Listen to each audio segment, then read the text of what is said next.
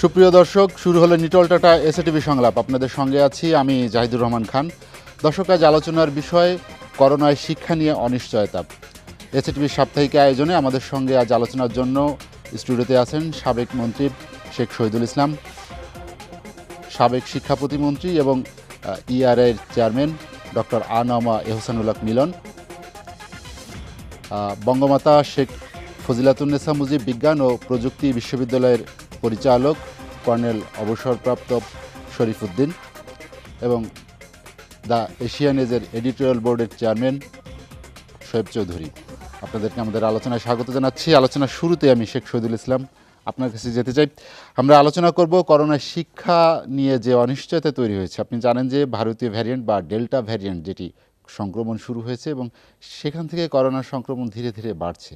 আসলে সেজন্যই কি এই নতুন করে যে অনিশ্চয়তা, উদ্বেগ, উৎকণ্ঠা তৈরি হয়েছে, নাকি করোনা নিয়ে আসলে সার্বিক ব্যবস্থাপনার কোনো দুর্বলতার কারণে আমরা শিক্ষাক্ষেত্রে অনেকখানি পিছিয়ে গেছি? ধন্যবাদ আপনাকে। আমার মনে হয় যে এই করোনাকালীন সময়ের একটি অন্যতম জ্বলন্ত বিষয় নিয়ে আপনি এই আলোচনার আয়োজন করেছেন এবং আমি একই সঙ্গে শুভেচ্ছা জানাই এসএটিভির সংলাপের দর্শক শ্রোতাবৃন্দকে।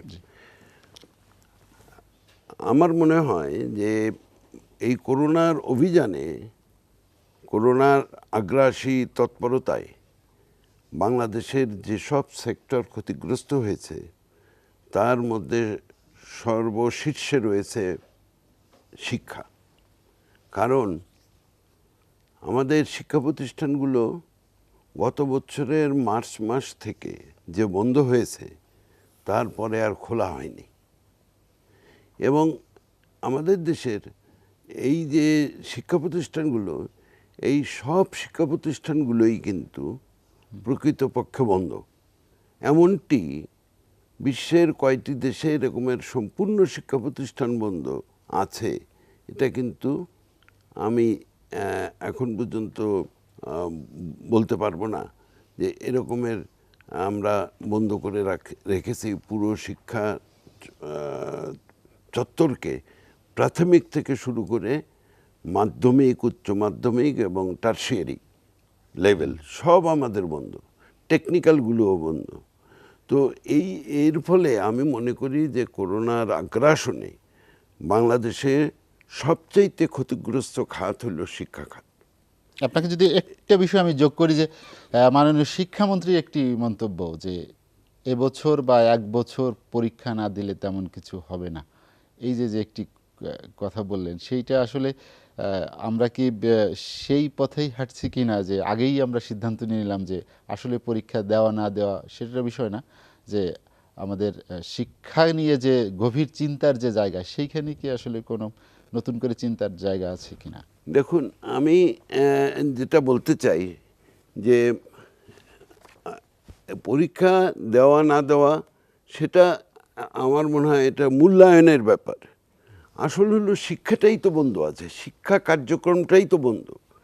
একটা শিক্ষা প্রতিষ্ঠান বন্ধ থাকতে পারে অনেক ক্ষেত্রে, কিন্তু শিক্ষা কার্যক্রমটা বন্ধ একটা জাতির, এবং সেই জাতির সদস্য সংখ্যা হলো 16 কোটি, এবং এই 16 কোটির মধ্যে আমাদের ছাত্র সংখ্যা আপনি যদি কমও দেখেন তাও কমের পক্ষে 5 থেকে 6 কোটি ছাত্র।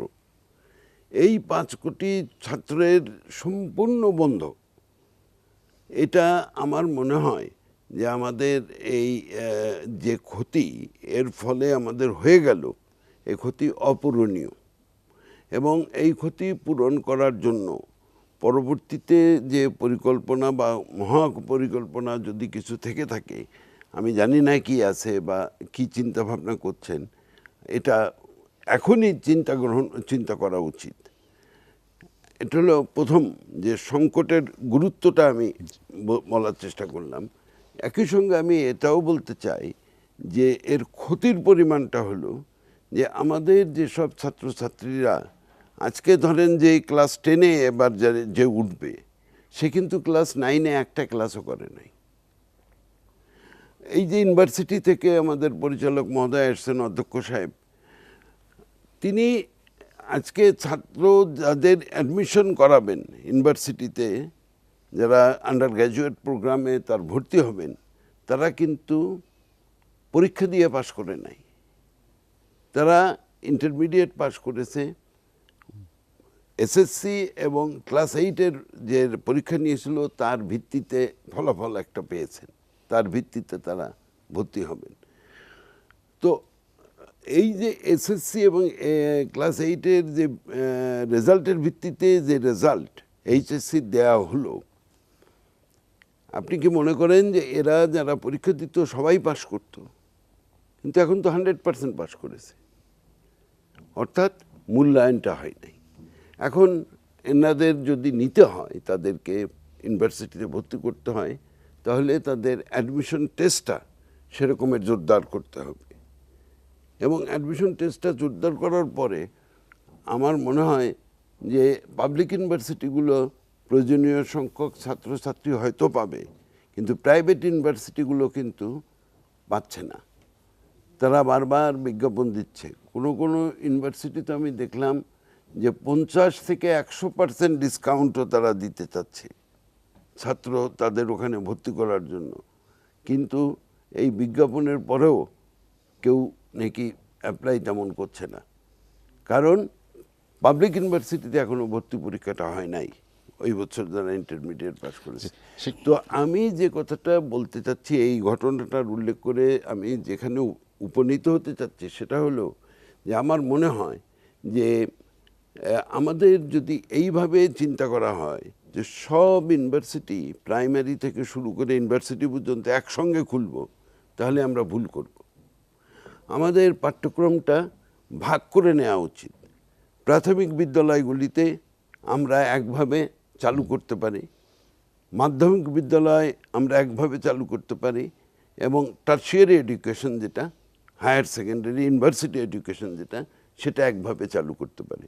ইউনিভার্সিটি এডুকেশনে যেহেতু একটু বয়স্ক ছেলেমেয়েরা পড়ে, অতএব সেখানে কিন্তু অনলাইন কার্যক্রম ইমিডিয়েটলি চালু করা যায়, এবং অনলাইন কার্যক্রমের মাধ্যমে তাদের পড়াশোনাটা শুরু করে সেখানে কিন্তু পরীক্ষা টরীক্ষা ইত্যাদি নেওয়া যায়। এক্সপেরিমেন্টাল একটা কুমিল্লা ইউনিভার্সিটিতে শুরুও করেছে, তারা পরীক্ষা নিচ্ছে, এখন তাদের পরীক্ষা চলছে। অতএব এই বিশ্ববিদ্যালয়গুলো আমার মনে হয় খুলে দিতে পারেন তারা, অথবা অনলাইন কার্যক্রম শুরু করতে পারে। শেখ শহীদুল ইসলাম, আমি আবার আসবো আপনার কাছে। ডক্টর আনাময় হোসেনুল হক মিলন, যেটি শেখ শহীদুল ইসলাম বলেন যে বিকল্প পদ্ধতির কথা, আমরা সরকারের পক্ষ থেকে কিন্তু বলতে শুনেছি যে বিকল্প উপায়ে, বিকল্প পদ্ধতি, বিকল্প চিন্তা করা হচ্ছে। আসলে গত 1 বছরের বেশি সময় ধরে করোনা আছে, এবং সবচেয়ে বেশি আপনি জানেন যে কোনো শিক্ষা প্রতিষ্ঠানই আর খোলেনি, শিক্ষার্থীরা ঘরে আছে, এবং সেখান থেকে তাদের নানাবিধ সমস্যাও তৈরি হচ্ছে।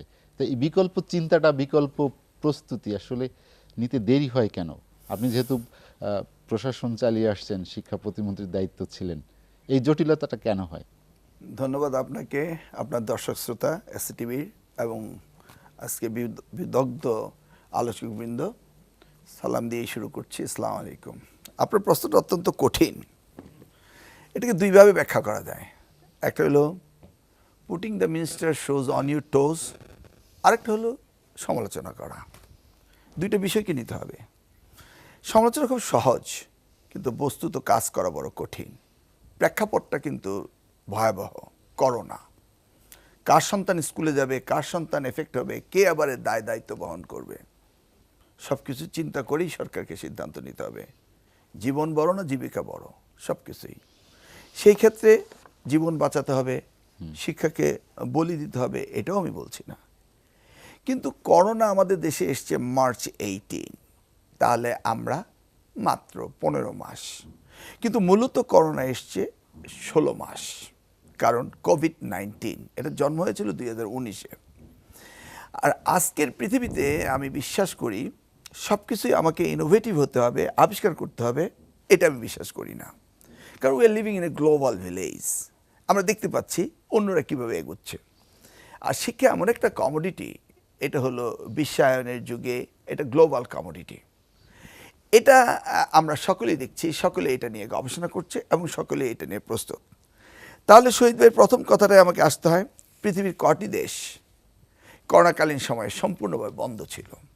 14টি দেশ। আমাদের সাবেক মন্ত্রী শহীদ ভাই জানতে চেয়েছিলেন।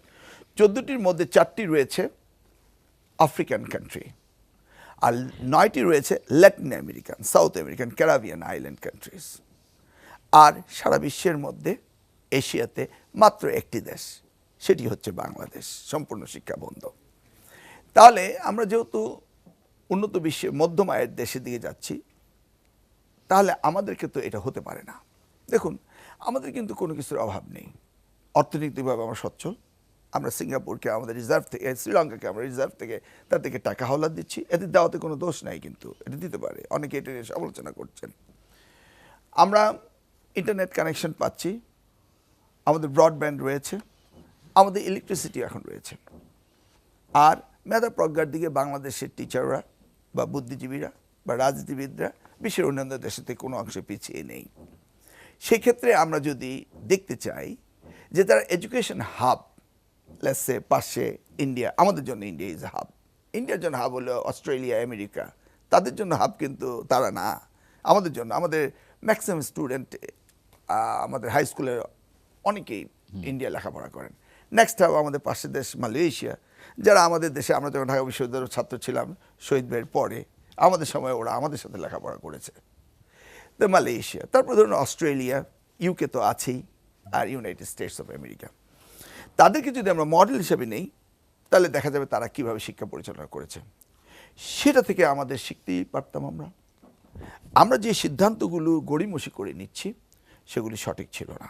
ধরুন 18 তারিখে মার্চ মাসের 2020 আমরা বন্ধ করে দিলাম, এপ্রিল 1 ছিল আমাদের ইন্টারমিডিয়েট পরীক্ষা। সেটা আমরা পরীক্ষা তো নেইনি, এমনকি আমি একটা ইনস্ট্যান্সে দিচ্ছি, এমন শিক্ষার্থীকে বলতেও পারলাম না তোমরা কিছুদিন জন্য রেস্ট নাও, কারণ 18 তারিখ পর্যন্ত কিন্তু তারা দিন রাত তো 24 ঘন্টা পড়ছিল। তাহলে আমরা যখন 1 তারিখে পরীক্ষা নিতে পারলাম না, তখন বলতাম যে take rest for a while, এটা আমরা বলিনি। তারা কিন্তু প্রতিদিনই পড়ছে এবং মানসিকভাবে তারা বিধ্বস্ত হয়ে যাচ্ছিল। আমরা অক্টোবর মাসের 7 তারিখে এসে বললাম পরীক্ষা নেব না, অটো প্রমোশন দেব। তারপর কীভাবে অটো প্রমোশন দেব সেইটার আমরা ক্যাটাগরিক্যালকে এক্সপ্লেইন করিনি যে আমরা এইভাবে নেব। তারপরে ডিসেম্বরে এসে বলা হলো যে জেএসডি অ্যান্ড এসএসসি রেজাল্টের বেজ নেবে। ঠিক আছে, না হলো।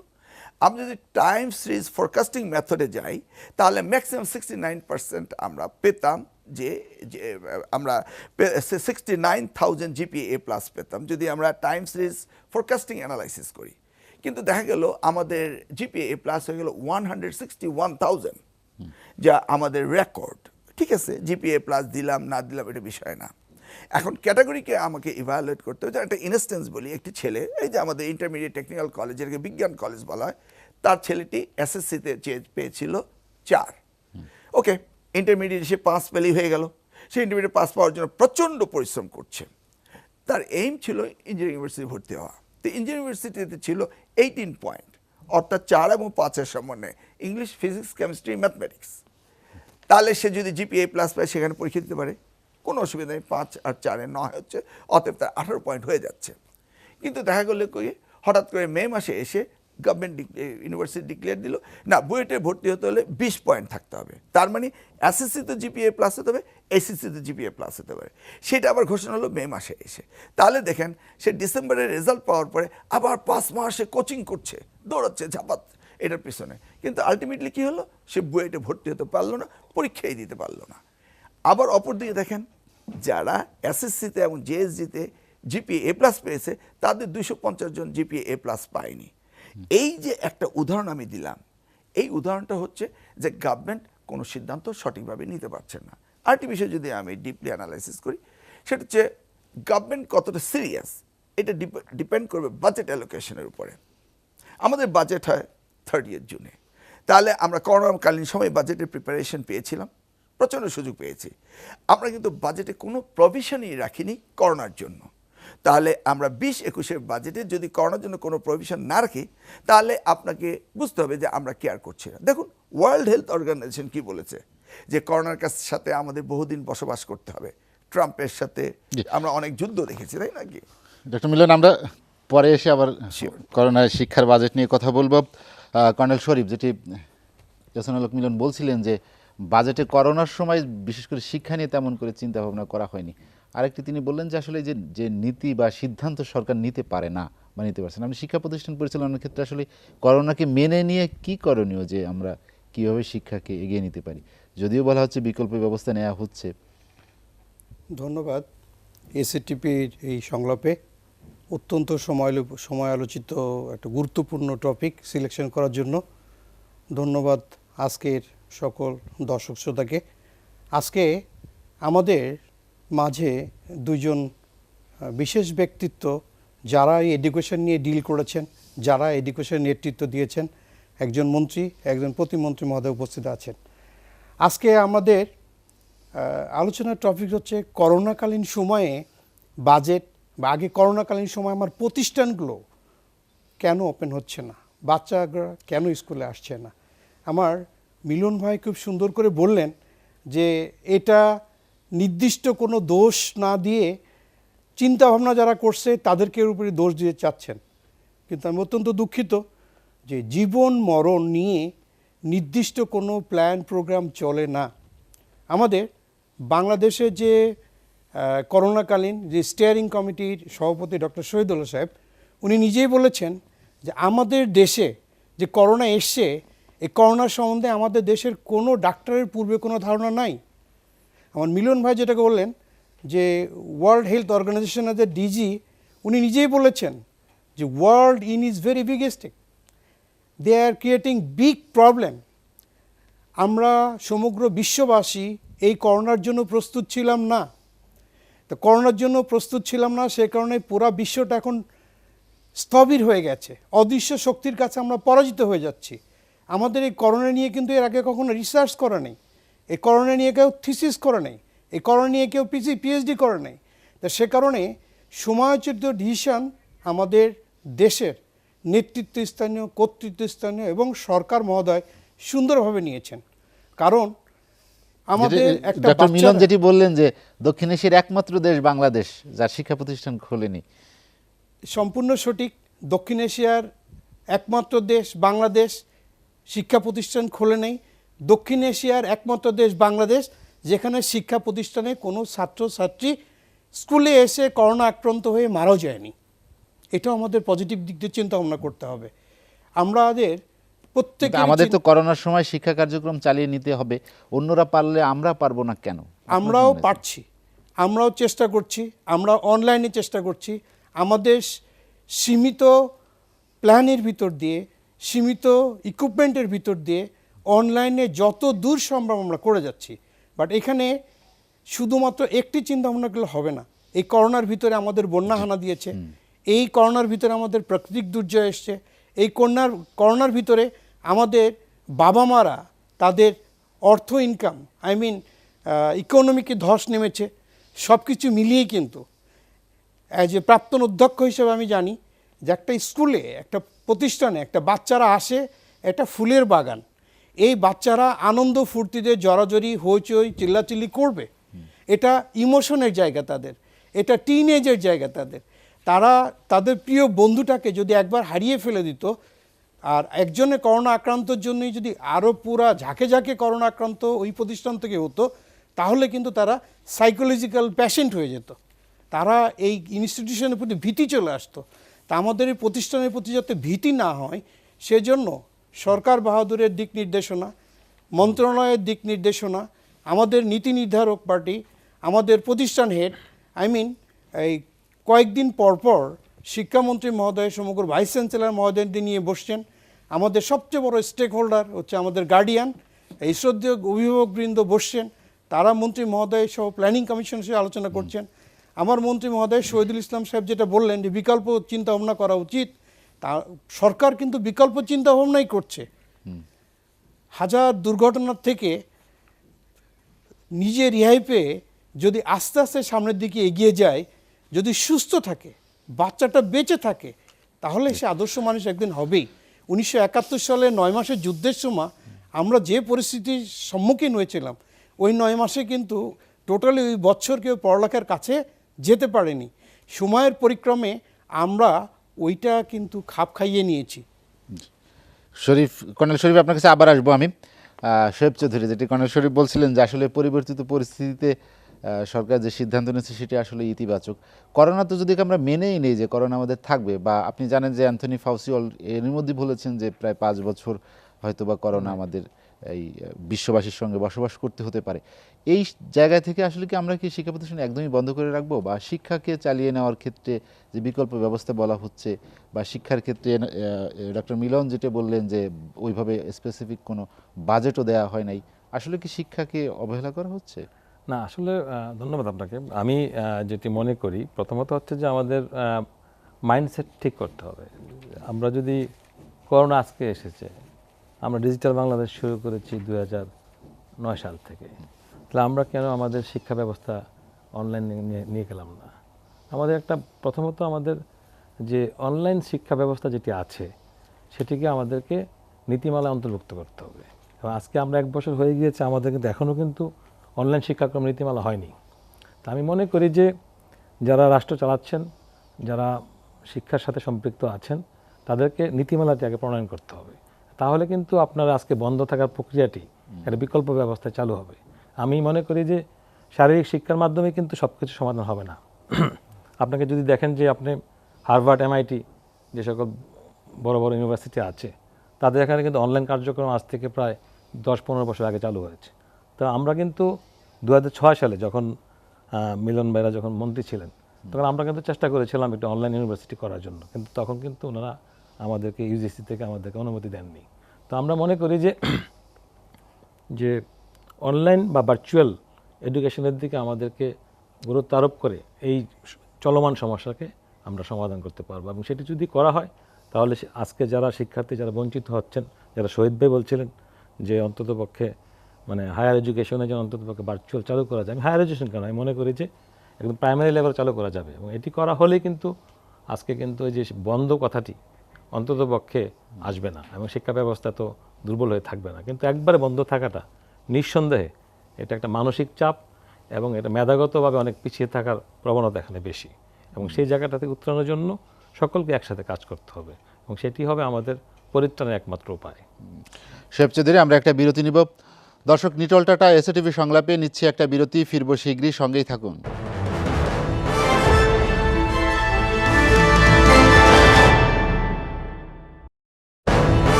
দেখছেন নিটল টাটা এসএটিভি সংলাপ। বিরতির পর আমরা আবার ফিরছি আলোচনায়। শোয়েব চৌধুরী, যেটি বলছিলেন, আসলে সেই সক্ষমতা কি বাংলাদেশের আছে অনলাইনে যে সবাইকে সমান সুযোগে অনলাইন ক্লাসে ফিরিয়ে আনার মতো? আসলে কি আমরা সেই সক্ষমতা অর্জন করেছি? অবশ্যই আমাদের আছে। আপনি যদি একটু আমাদের মানে এই প্রজন্মের দিকে তাকিয়ে দেখেন যে আমাদের আজকে বাংলাদেশের ছেলে অ্যানিমেশনে আপনার অস্কার পায়।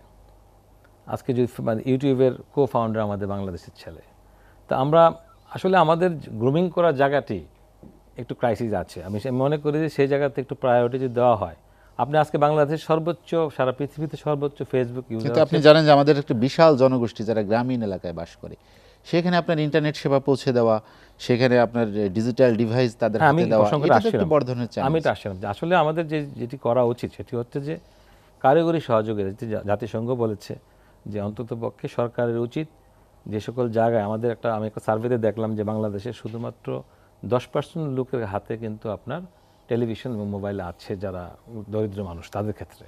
ধনাঢ্য ব্যক্তিদের কথা অন্য কথা, কিন্তু সেই ক্ষেত্রে কিন্তু আমাদের সরকারের উচিত তাদেরকে কিভাবে আমরা এই কারিগরি নেটওয়ার্কে নেওয়া যায়, এবং ওই জায়গাতে আমরা যদি একটু শক্তিশালী অবস্থান গ্রহণ করি, অন্ততপক্ষে এখন দুর্ভাগ্যের সাথে আমি জানি না যে কতটুকু মিলন ভাই যেটা বলেছেন যে বাজেটে আমাদের করোনা কোনো এলোকেশন নাই, শিক্ষা খাতে যদি আমাদের ভার্চুয়াল এডুকেশন বা অনলাইন এডুকেশনের জন্য যে বরাদ্দ না থাকে, তাহলে সেক্ষেত্রে তো দুর্বল কাঠামোই থেকে যাবে। আমি মনে করি যে ওই সব জায়গাতে আমাদের একটু গুরুত্ব আরোপ করতে হবে, যেন তাদেরকে আমরা যেন একটি মানে প্রযুক্তি নির্ভর শিক্ষা ব্যবস্থা নিয়ে আসতে পারি, এবং তাহলে কিন্তু আপনার এই শিক্ষা খাতের এই অচল অবস্থা থাকবে না। পাশাপাশি আরেকটি ব্যাপার আছে, আপনি দেখবেন যে বাংলাদেশে কিন্তু বেশিরভাগ যারা ছাত্র বা ছাত্রী যারা আছেন তারা কিন্তু আপনার প্রাইভেট ইউনিভার্সিটি বা প্রাইভেট স্কুল কলেজে পড়াশোনা করেন। কারণ আপনি যদি ঢাকাতে সরকারি স্কুল বা পাবলিক ইউনিভার্সিটিতে কিন্তু এত আসন নেই তাদেরকে সংকলন করার। সেক্ষেত্রে আমরা কি করি, যেমন প্রাইভেট ইউনিভার্সিটিতে পড়ছে বা প্রাইভেট ইংলিশ মিডিয়াম স্কুলগুলোতে পড়ছে।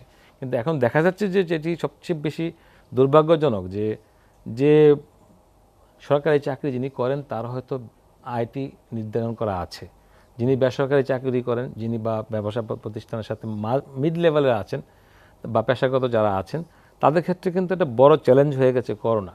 সেই ক্ষেত্রে কিন্তু তাদের যাদের ছেলেমেয়েরা পড়াশোনা করছেন তাদের টিউশন ফি দেওয়াটা এখন একটা বড় ধরনের চাপ হয়ে গেছে।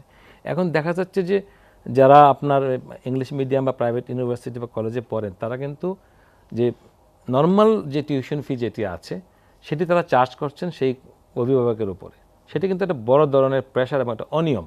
আপনি যদি অক্সফোর্ডের MBA যদি অনলাইনে করেন যে চার্জ আসবে, বা ফিজিক্যাল MBA যেটা করেন সেটা চার্জ কিন্তু প্রায় 3 গুণ বেশি।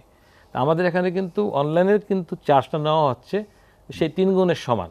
এই জায়গাতে মনিটরিং করার জন্য একটা ব্যবস্থা নেই। আমি মনে করি যে এটা সরকারের একটা ব্যর্থতা যে অন্ততপক্ষে একটা অনলাইন মেথড তারা চালু করতে পারেনি 1 বছরে, এবং মনিটরিং সিস্টেমটা চালু করতে পারেনি। শোয়েব চৌধুরী, আপনার কাছে আবার আসবো আমি। শেখ শহীদুল ইসলাম, যেটি শোয়েব চৌধুরী বললেন যে সরকার ধরে তো একটি বড় ধরনের ব্যর্থতা যে অনলাইনে বিষয়টিকে, শিক্ষার কার্যক্রমকে চালু করতে পারেনি সব জায়গায়। আপনি জানেন যে ডিজিটাল বাংলাদেশ আমরা যে স্লোগান নিয়ে সামনে এগেছি এবং সেটি অনেক দূর এগিয়েছে, বিশেষ করে সেবা প্রাপ্তির ক্ষেত্রে অনেক কিছুই আমরা ডিজিটাইজেশন দেখছি।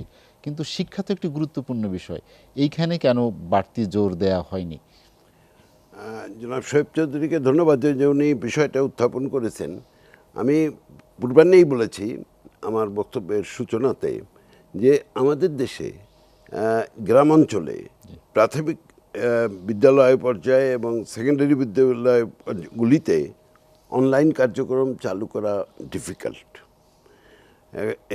এখানে এই টেকনোলজি যেমনি নাই, ডিভাইসও তেমনি নাই। না শহীদ ভাই, আমি একটু আপনাকে অ্যাড করে দিই। সেটা হচ্ছে যে ইউনিসেফের একটা রিপোর্ট আছে, বেশ মাস 2 আগে বেরিয়েছে। সেখানে কিন্তু বাংলাদেশকে কিন্তু বলা হয়েছে শক্তিশালী টেলিভিশন নেটওয়ার্কের দেশ।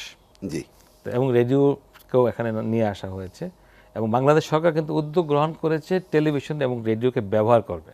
কিন্তু গ্রামে তাহলে মোবাইল ডিভাইস থাকতে হবে প্রয়োজন নাই, কিন্তু আপনাকে একটা প্রসেস থাকতে হবে, প্রক্রিয়া থাকতে হবে। সেই প্রক্রিয়াটি কিন্তু অনুপস্থিত আছে এই জিনিসটা। না আপনার আমাদের এখানে টিভিতে যে ব্যবহারের কথা বলছেন এবং আমরা যেটা দেখছি, টিভিতে ব্যবহার কিন্তু হচ্ছে, টিভিকে ব্যবহার করা হচ্ছে, কিন্তু সেটা খুবই সীমিত পর্যায়ে।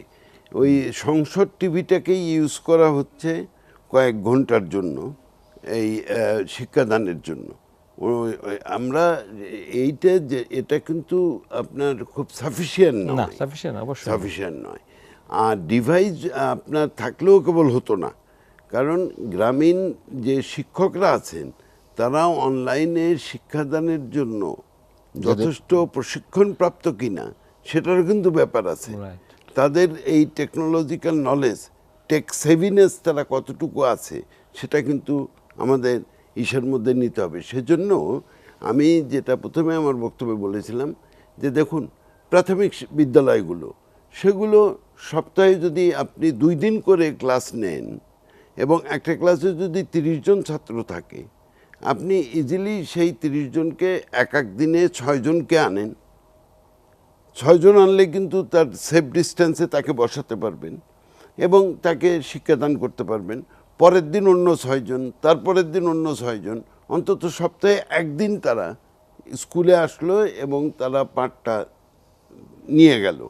তো এভাবেই কিন্তু একটা পরিকল্পনা করে প্রাথমিক বিদ্যালয়গুলো গ্রাম অঞ্চলে খোলা যেত। এবং মাঝখানে একটা সিচুয়েশন এসেছিল, এখন একটু সিচুয়েশনটা আবার খারাপের দিকে গেছে, কিন্তু মাঝখানে একটা সময় এসেছিল যখন কিন্তু স্কুল কলেজ খুলে দেওয়ার মতন একটা পরিস্থিতি হয়ে গেছিল। সে সময় কিন্তু খোলা যেত। ইউনিভার্সিটি গ্রান্টস কমিশন একটা ভালো কাজ করেছে, তারা সব জায়গায় অনলাইন কার্যক্রম শুরু করতে বলেছে, পরীক্ষাও নিতে বলেছে অনলাইনে, এবং তারা ছাত্রছাত্রীদেরকে ডিভাইস কেনার জন্য অর্থ সাহায্য দিয়েছে। এই যে কার্যক্রমটা ইউজিসি করলো, এটা আমি মনে করি যে তারা খুব ভালো কাজ করেছে, কারণ ইউনিভার্সিটিগুলির অর্থ কিন্তু রয়েছে, তাদের যেহেতু ক্লাস হয় নাই, ইলেকট্রিসিটি বিলের টাকা সেভ হয়েছে, তাদের পানির টাকা সেভ হয়েছে, বিভিন্নভাবে তাদের অনেক বাজেটের টাকা এমনিতেই তাদের ওখানে জমে গেছে। অতএব সেই টাকাটা দিয়ে তারা ইজিলি কিন্তু এই ডিভাইসগুলো ছেলেদেরকে জি। দিয়ে অনলাইন কার্যক্রম তারা শুরু করতে পারে। এখানে আমি আরেকটি বিষয়ের কথা উল্লেখ করতে চাই, যেটা আজকে লকডাউনের ক্ষেত্রে ব্যবহার করা হচ্ছে, যে স্থানীয়ভাবে প্রশাসন যদি মনে করে যে লকডাউন দেওয়া প্রয়োজন, তারা লকডাউন দিতে দিতে পারছে। পারবে। ওইভাবে কিন্তু স্থানীয়ভাবেও এই শিক্ষা প্রতিষ্ঠান যেখানে করোনার প্রভাব খুবই কম, সেখানে কিন্তু স্থানীয়ভাবে তারা সিদ্ধান্ত গ্রহণ করতে পারে ইচ্ছা করলে, যে আমরা স্কুলগুলো খুলে খুলে দেব, দিলাম, সেই ক্ষমতাটা তাদের কলেজগুলো দেওয়া উচিত। খুলে দিলাম। সেই ক্ষমতাটা যদি তাদের দেওয়া হতো, তাহলে দেখা যেত যে প্রচুর জায়গায় এই স্কুল কলেজগুলো খোলার মতন পরিবেশ আছে। বিশেষ করে এই সীমান্তবর্তী এলাকাগুলো ছাড়া অন্য জায়গাগুলিতে আপনি যদি গ্রাম অঞ্চলে যান, মাস্কের কোনো অস্তিত্ব নাই, তারা কিন্তু এই করোনা খুব একটা আক্রান্ত হয়নি। গুরুত্ব দেয় না অত যে গুরুত্ব করোনা। দেয় নাই। অতএব আমার মনে হয় যে স্থানীয় প্রশাসনকে যদি দায়িত্ব দেওয়া হতো, যে তারা যদি মনে করে যে সেফ, তাহলে স্কুল কলেজগুলো খুলে দিবে, তাহলে কিন্তু বেশ কতগুলো জায়গায় তারা স্থানীয়ভাবে সিদ্ধান্ত নিয়ে এই কার্যক্রমটা চালু শেখ শহীদুল করতে ইসলাম, আমি পারত। আবার আসবো আপনার কাছে। ডক্টর আনোয়ার হোসেনুল হক মিলন, যেটি শেখ শহীদুল ইসলাম উল্লেখ করেছেন একটি বিষয়, আপনাকে সেটি প্রথমে আপনার দৃষ্টি আকর্ষণ করতে চাই। বলছেন যে অনেক ক্ষেত্রেই আমাদের অপচয় হয়, বা অনেক টাকা অনেক সময় থাকে। আপনার দুজনে যেহেতু দায়িত্ব পালন করেছেন, সে টাকা দিয়ে হয়তো ডিজিটাল ডিভাইস কেনা যেত, বা ডিজিটালি শিক্ষাদানের ক্ষেত্রে কিছুটা হলেও অগ্রগতি হতো। আপনি জানেন যে আমাদের বেশ আলোচিত ছিল যে অনেক কর্মকর্তার বিদেশ সফর নিয়ে বিভিন্ন প্রশিক্ষণের নামে খিচুড়ি রান্না শেখার প্রকল্প নিয়ে নানা ধরনের কথা বা গণমাধ্যমে আমরা দেখেছি যে অভিযোগ আসছে। এ ধরনের কি অপচয় বা অনিয়ম, এগুলো রোধ করে কি আমাদের যে সক্ষমতা আছে তা দিয়েই কি ডিজিটালি কার্যক্রম শুরু করা যেত? ধন্যবাদ আপনাকে।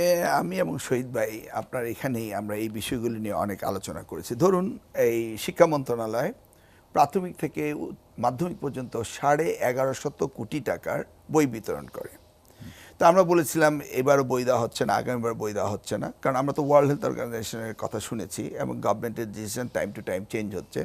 সেক্ষেত্রে এটাও তো আমরা ইলেকট্রনিক ডিভাইস হিসেবে এই টাকাটা দিয়ে আমরা পারতাম, এবং যে কোনো ইলেকট্রনিক ট্যাব এই ধরনের কিছু যদি দেওয়া হতো শিক্ষার্থীদের, তারা এটা ইলেকট্রনিক ডিভাইস হিসাবে এটা ব্যবহার করতে পারতো, ইন্টারনেট কানেকশন দিতে পারতো, ই বুক হিসেবে, ই লাইব্রেরি হিসেবে ব্যবহার করতে পারতো, এবং নেক্সট ছাত্রকে এটা দিয়েও আসতে পারতো। তো এগুলি নিয়ে আমরা অনেক কথাই বলেছি, যে যেমন যেটা উনি বললেন লোকাল প্রশাসন, আমরা বলেছিলাম ক্লাস্টার করে এই যেখানে যেখানে করোনা সংক্রমিত কম হয়েছে সেখানে ক্লাস করা হোক। আপনি যদি বলেন তো 1906-এ যখন এই টিউবারকুলোসিস আমেরিকা আক্রান্ত হলো বা ইনফ্লুয়েঞ্জা আক্রান্ত হলো, সেই সময় কিন্তু উন্মুক্ত আকাশের নিচে শীতের মধ্যেও কিন্তু আমেরিকান স্টুডেন্টরা ক্লাস করেছে।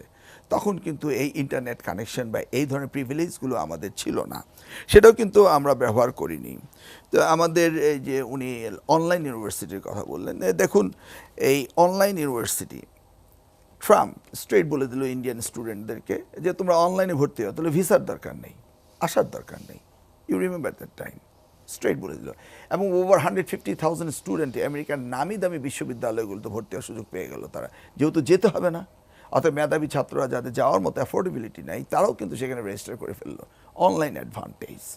তা আমাদের দেশে যে অনলাইন মানে ব্রডব্যান্ড আমাদের দেশে রয়েছে, ইলেকট্রিসিটি আনা পেয়েছি, সেই ক্ষেত্রে কিন্তু আমরা এই শিক্ষা মন্ত্রণালয় থেকে এটাকে ম্যাক্সিমাম ব্রডব্যান্ড আছে, এবং আমরা এটা রিলিজ করে দিতে পারে। আমরা কিন্তু সেটাকে কোনো রকম অপটিমাম ইউজেসের কথা আমরা চিন্তা করিনি। ফার্স্ট ডেতে যখন এই আমেরিকায় করোনা হলো, আমার মেয়ে সেখানে পড়ছিল, তো সেদিনকে তাদের ইউনিভার্সিটি বন্ধ হয়ে গেল, অ্যাসাইনমেন্ট দেওয়া শুরু হয়ে গেল, একদিনের জন্য লেখাপড়া বন্ধ হয়নি। ইউজুয়ালি তো অন্যান্য জায়গায় 30% অনলাইন এডুকেশন সিস্টেমে ছিলই। তো তাই করোনাকে আমরা ভেবেছিলাম যে এটা অনুঘটক হবে, it should B A catalyst, যে আমরা এই সুযোগে আমাদের এই সেক্টরে ডেভেলপমেন্টটা করে নেব, কিন্তু আমরা সেটা করতে ব্যর্থ হয়েছি। তো সর্বোপরি দেখুন, আমরা যতই কথা বলি না কেন, আমাদের এই বিষয়গুলোকে সরকারের গুরুত্ব দিতে হবে। সরকার যদি গুরুত্ব না দেয় তাহলে তো করার কিছুই থাকে না। আপনি 1971-এর কথা বললেন, আই রিমেম্বার আমি 1971-এ ক্লাস এসএসসি পরীক্ষা দেওয়ার কথা ছিল। ফর্চুনেটলি 1972-তে আমরা ম্যাট্রিক পরীক্ষা দিলাম। আমরা কিন্তু কন্ডেন্স সিলেবাসে পরীক্ষা দিয়েছি, 300 নম্বরের পরীক্ষা দিয়েছি, এই জন্য বলে 72রা পাস। সেই সময় নকল অনুপ্রবেশ করেছিল এবং আমাদের লেখাপড়া ডিস্টার্ব, কিন্তু there is examination, condense syllabus হলো কিন্তু পরীক্ষা আমরা দিয়েছিলাম, পরীক্ষার বিকল্প কিন্তু পরীক্ষাই। গভর্নমেন্ট সিদ্ধান্ত নিলে ইন্টারমিডিয়েটের পরীক্ষা আউট অফ মার্কস দিয়ে দেবো, আবার ইউনিভার্সিটি অথরিটি বললো নো, পরীক্ষা হতেই হবে। দেখুন এই সেফ ডিস্টেন্সের কথা শহীদ ভাই বললেন, আমরা যখন এপ্রিল মাসে 1 তারিখে পরীক্ষা নেওয়ার কথা ছিল তখন কিন্তু প্রত্যেকটি স্কুল, কলেজ, মাদ্রাসা, ইউনিভার্সিটি সব কিছু বন্ধ ছিল। টিচাররা কিন্তু তখন এনাফ ছিল এবং তারা রেস্টে ছিলেন। তাদেরকে যদি আমরা সেফ ডিস্টেন্স করে যদি আমরা উপকেন্দ্র বাড়িয়ে দিতাম তাহলে কিন্তু ইন্টারমিডিয়েট পরীক্ষাটা আমরা নিতে পারতাম। এবং আমরা কিন্তু ভাগ্যবান, করোনা এফেক্ট কিন্তু আমাদের ফার্স্ট ফেজে কমই হয়েছে, সেকেন্ড ফেজও কম, থার্ড ফেজে এসে গভর্নমেন্ট তো সিদ্ধান্ত নিল, ডিসিরা লোকালি সিদ্ধান্ত নেবেন। এই সিদ্ধান্তটা যদি থাকতো, let's say he is the university director, তাকে যদি এই সিদ্ধান্ত দিয়ে দেওয়া হয় Jamalpur science and technology university কী করবে, they could take the decision যে জামালপুরের অবস্থা কি, স্টুডেন্টরা কোথেকে আসছে, তাদের গ্যাদারিং কী অবস্থা, এতে ইন্ডিভিজুয়ালি তো এটাকে মনিটরিং করা যেত। তা আমার কাছে মনে হচ্ছে যে সরকার এই বিষয়টাকে গুরুত্ব দিচ্ছে না। জি, ডক্টর মিলন আবার আসবো আপনার কাছে, এসে আবার শুনবো। কর্নেল শরীফ, যেটি ডক্টর মিলন বলছিলেন যে আসলে অঞ্চল ভিত্তিক কি এটি সম্ভব যে শিক্ষা প্রতিষ্ঠান খোলা বা তারা তাদের হাতে ক্ষমতা দিলে? আপনি তো you so শিক্ষা much, প্রতিষ্ঠান পরিচালনা করে এসেছেন, যে এটা থ্যাংক ইউ সো মাচ। আমি ডক্টর মিলন সাহেবের সঙ্গে একমত নই, কারণ প্রত্যেকটা শিক্ষারই ফাইনাল অ্যাসেসমেন্ট হচ্ছে এক্সাম। ঠিক। তা এই এক্সামের মাধ্যমেই আসে স্বীকৃতি। এই এতগুলো সেক্টরের পড়ালেখা সব জায়গায় শুরু করা উচিত, সেটা আমার বর্তমান সরকার কোনোভাবেই চুপ করে বসে নাই। প্রথমেই আমাদের 8 মার্চ 2020, 8ই মার্চ আমাদের প্রথম করোনা পেশেন্ট বাংলাদেশে ধরা পড়েছে। তারপর 17 মার্চ থেকে আমাদের শিক্ষা প্রতিষ্ঠানগুলো বন্ধ করা হয়েছে। বন্ধ করার পরপরই মন্ত্রণালয় থেকে আমাদের দিক নির্দেশনা দেওয়া হয়েছে যে অনলাইনের উপরে শিক্ষকদের একটা প্রশিক্ষণ নিতে হবে, যেটা আমি নিজেও নিয়েছি, আমাদের শিক্ষকরাও নিয়েছেন। নেওয়ার পরপরই আমরা আমাদের মাননীয় প্রাক্তন মন্ত্রী শহীদ স্যার যেটা বললেন যে 30 জন স্টুডেন্টকে 5 জন করে নিয়ে আসা, এটা ধরনের প্ল্যান, ক্লাস্টার প্ল্যান যেটাকে বলে, এই ক্লাস্টার প্ল্যানও গভর্নমেন্ট নিয়েছেন। অ্যাসেসমেন্ট প্ল্যান আমাদের মিলন ভাই যেটা বললেন, আমাদের অ্যাসেসমেন্ট প্ল্যানও নেওয়া হয়েছে। আমাদের অনলাইন কার্যক্রম চলছে। আমাদের টিভি তো সংসদ টিভি একটাই, সব ধরনের ক্লাস তো একই সময় নেওয়া সম্ভব না। এই জন্য কখনো শিক্ষা মন্ত্রণালয়ের কারিগরি সাইট, কখনো মাদ্রাসা সাইট, বিভিন্ন সেকশন করে ভাগ করে টাইম দেওয়া হচ্ছে যে এখন হায়ার এডুকেশন হবে, এখন কারিগরি এডুকেশন হবে, এখন জেনারেল এডুকেশন হবে, সেটা করে each and every step Maushi DG, শিক্ষা মন্ত্রণালয়ের সচিব বা শিক্ষা মন্ত্রী, যে আমাদের যে রিগার্ডিং দিস অ্যাসপেক্ট যে স্কলারগুলো আছেন, সেই স্কলারগুলো নিয়ে বসছেন কেমন করে আমরা আমাদের বাচ্চাদের সুন্দর করে নিয়ে আসতে পারি। অ্যাজ এ প্রিন্সিপাল হিসেবে আমি দেখেছি কখনো 60%, আর যখন এটা নতুন কিউরিসিটি এসেছিল যে অনলাইন কেমন করে ক্লাস করতে হবে, আপ টু 80% স্টুডেন্ট অনলাইনে আমাদের সঙ্গে ক্লাস করেছে। So it is a very good outcome. Second time একই ধরনের ক্লাস করতে একটু ওই অনলাইনের ক্লাসটা তাদের কাছে মানে একঘেয়েমি হয়ে গেছে। সেই জন্য আমাদের স্থানকাল পাত্র হিসেবে কিছুটা চেঞ্জ করতে হবে। আবার আমাদের মধ্যম আয়ের দেশ, আমাদের গ্রাম এলাকায় যারা এখনও হয়তো একটা বাসায় একটা মোবাইল আছে, বাসায় কিন্তু বাচ্চা আছে 3টা, কেউ পারে 4-এ, কেউ পারে 5-এ, কেউ পারে 10-এ। এই একটা মোবাইল নিয়ে 3 জনের ক্লাস একই সময় সম্ভব নয়। বাট ইনস্টিটিউশন তো 3টা ইনস্টিটিউশন তারা পড়ালেখা করে। Regarding this aspect, this guardian are so serious, তারা প্রতিষ্ঠানের সঙ্গে যোগাযোগ করে, যেমন আমার প্রতিষ্ঠান, আমার প্রাক্তন প্রতিষ্ঠান, ওইখান থেকেও আমরা স্টুডেন্টদের মোবাইল কেনার সহযোগিতা করেছি। আমার প্রাক্তন মন্ত্রী মহোদয় খুব সুন্দর করে বলে দিলেন যে এই মুহূর্তে আমাদের কিছু ফান্ড সেভ হচ্ছে, বাট আবার কিছুটা প্রবলেমও হচ্ছে স্যার। প্রবলেম হচ্ছে বাচ্চাদের কাছ থেকে বেতন যেটা, এটা কালেকশনের ব্যাপারে। আবার যে প্র্যাকটিক্যাল ইকুইপমেন্টগুলো আছে স্যার, এগুলো তো ফাংশনাল রাখতে হবে। যেহেতু আমার স্টুডেন্ট নাই, বাট ওখানে ইলেকট্রিসিটি শুরু করে ওইগুলো আমার টিচার দিয়েই ফাংশন করতে হয়। কারণ এইটা যদি বন্ধ হয়ে যায়, that will be suicidal game. কারণ এটা দিয়ে আমাদের স্টুডেন্টদের আমরা ক্লাস নিচ্ছি, বিফোর দ্যাট আমাদের টিচারদের আমরা প্রশিক্ষণ দিয়ে অ্যাডাপ্ট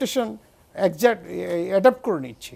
প্রয়োজনের তাগিদে পারস্পরিক অবস্থার সহিত খাপ খাওয়ানোর জন্য শিক্ষা মন্ত্রণালয়, গার্ডিয়ান, দেন ইনস্টিটিউশন হেড, দেন ভিসি মহোদয়, স্কলার সবার সঙ্গে বসছেন। ওনারা কয়েকবার প্ল্যান নিয়েছেন ইনস্টিটিউশন খুলব। এখানে কিছুটা ছন্দপতন হয়েছে। একটা বাচ্চা যদি মারা যায়, একটা বাচ্চা কিন্তু ওই প্রতিষ্ঠানের জন্য, ওই পরিবারের জন্য শ্রেষ্ঠ অ্যাসেট। তাই সে কারণে কারো সন্তান যেন আক্রান্ত না হয়, কারো সন্তান যেন করোনায় আক্রান্ত হয়ে পৃথিবী ছেড়ে চলে যেতে না হয়। আমি আবার জনাব শহীদ স্যার যে কথাগুলো বলেছিলেন যে স্থানকাল পাত্র হিসাবে যে কোন ডিস্ট্রিক্টে করোনা এখন কম আছে সেই ডিস্ট্রিক্টে আমাদের ক্লাস করতে পারে, যে ডিস্ট্রিক্টে করোনা আমাদের বেশি আছে সেই ডিস্ট্রিক্টে লকডাউন হিসেবে করতে পারে। It's very good decision. But এই এজের বাচ্চাদের আজকে আমরা 7 জনকে যদি ভাইবা নিই, নেক্সট 7 জনকে সেকেন্ড ডেতে আসতে বলি, তারা বলবে ফার্স্ট ডে যারা ডেকেছিলাম তারা সিলেকশন পেয়ে গেছে, সেকেন্ড ডেতে যারা আসবে তাদের মনে হয় হবে না। এটা চাইল্ড সাইকোলজি। আর সবচেয়ে ইম্পর্ট্যান্ট যে জিনিস, আমাদের এই অনলাইন ডিজিটাল বা ইন্টারনেট ইউজের একটা পলিসি থাকতে হবে। এটা নিয়েও আমাদের নীতি নির্ধারকরা চিন্তাভাবনা করছেন যে ক্ষেত্রে প্রাইমারির বাচ্চারা শিক্ষা গ্রহণ করবে, same way cannot be teach by higher educated people. শুধু তাই না, এই মুহূর্তে কিন্তু স্যার আমাদের বিশ্ববিদ্যালয়গুলো রিসার্চগুলো বন্ধ আছে, শুধু আমাদের না সমগ্র বিশ্বেই। আমার ভাইয়া সুন্দর করে বললেন ইউনেস্কো ডিসিশন। ইউনেস্কো আমাদের অনলাইনকে স্বীকৃতি দিয়েছেন, শুধু আমাদের এই অনলাইনকেই না, আমাদের অনলাইনকে স্বীকৃতি দিয়েছেন বারাক ওবামা 2015-এ গিয়ে সেই কেনিয়াতে গিয়ে বলেছেন যে ফলো বাংলাদেশ। তো we are following, we are trying, ইনশাআল্লাহ ইট উইল বি ওভারকাম। আমরা একটা বিরতি নিব, বিরতির পর আবার আসব। দর্শক, নিটল টাটা এসটিভি সংলাপে নিচ্ছি আর একটা বিরতি, ফিরবো শীঘ্রই, সঙ্গেই থাকুন।